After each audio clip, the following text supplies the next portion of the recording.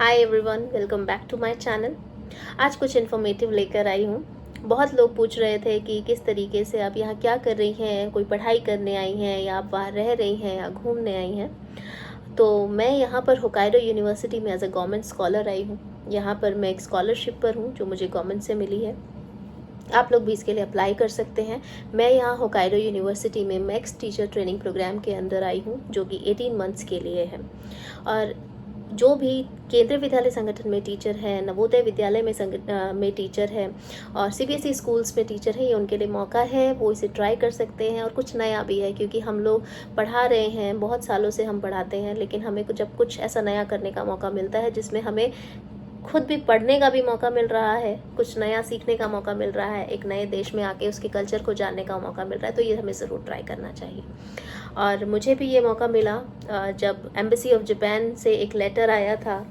ये लेटर जो है केंद्रीय विद्यालय संगठन ने स्कूल्स में भेजा था, जिसमें ये मेंशन है कि आप जो है, अगर आप 5 साल का एक्सपीरियंस रखते हैं टीचिंग में और आपके पास प्रॉपर डिग्रीज़ हैं, साथ ही साथ आपकी एज जो है वो 35 से कम है, 35 या उससे कम है, तो आप इसके लिए अप्लाई कर सकते हैं।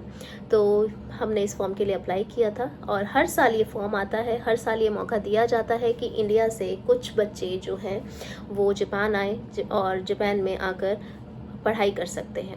इसमें आपको अपना एक टॉपिक चुनना होता है, एक रिसर्च टॉपिक लेना होता है। आप बेसिकली 2 टॉपिक्स दे सकते हैं, आपको ऑप्शंस दिए जाते हैं कि आप अगर जापान जाना चाहेंगे या आपको मौका मिलता है तो आप वहाँ जाकर क्या पढ़ना चाहेंगे या आप किस चीज़ पर रिसर्च करना चाहेंगे। This is completely up to you. ये आपको सोचना होता है और उसको आपको लिखना होता है। जब आप ये प्रोसेस करते हैं तो इसमें आपको एक मेडिकल फॉर्म दिया जाता है जिसमें आपका मेडिकल चेकअप होता है, प्रॉपर आपका आईज़ चेकअप होता है, आपका जो है एक्सरे होता है। इसमें प्रॉपरली आपको एक डॉक्टर से अपने सारे चेकअप्स कराने पड़ते हैं और वो फॉर्म आपको साथ में अटैच करना पड़ता है। साथ में आपको अपनी डिग्रीज़ लगानी होती हैं। स्कूल से आपको एक सर्टिफिकेट लगाना होता है कि यहाँ से आपको इसके लिए रिकमेंड किया जा रहा है। और एक रिकमेंडेशन लेटर जब आप लगा देते हैं तो ये सारा फॉर्म जो है आपको भर के अपने प्रिंसिपल को देना होता है। जब ये फॉर्म आप अपने प्रिंसिपल को देते हैं तो वहाँ से ये फॉर्म जाता है आगे आपके रीजनल ऑफिस में, रीजनल ऑफिस से हेडक्वार्टर्स और फिर ये जाता है एमएचआरडी में।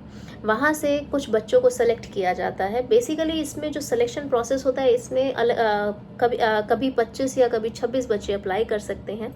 जिस साल मैंने अप्लाई किया था उस वक्त 26 बच्चे अप्लाई कर सकते थे। और जब हम अप्लाई करते हैं तो उसमें दिया जाता है कि केंद्रीय विद्यालय संगठन से कितने बच्चे अप्लाई कर सकते हैं और नवोदय विद्यालय से कितने बच्चे अप्लाई कर सकते हैं, सीबीएसई से कितने कर सकते हैं। बेसिकली बच्चे कह रही हूँ मैं, बट वी आर टीचर्स, तो कितने टीचर्स अप्लाई कर सकते हैं।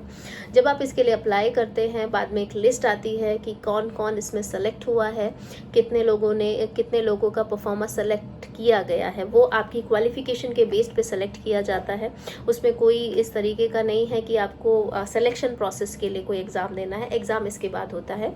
तो जब आपका नाम लिस्ट में आ जाता है कि आपका नाम जो है एचआरडी से आगे एम्बेसी में भेज दिया गया है, उसके बाद आपको एम्बेसी से मेल आएगा कि ये आपको इस तारीख को एम्बेसी में आना है और आपका एक प्रॉपर लैंग्वेज प्रोफिशिएंसी का टेस्ट होगा।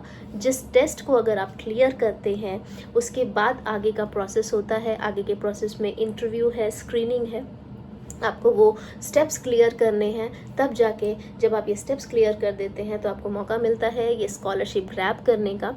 एग्ज़ाम प्रोसेस में क्या होता है, स्क्रीनिंग में क्या होता है और उसके बाद के क्या प्रोसेसेस होते हैं, definitely I will discuss it with you. लेकिन वो मैं एक नेक्स्ट वीडियो में आपके साथ शेयर करूँगी। तब तक के लिए do like, share and subscribe my channel.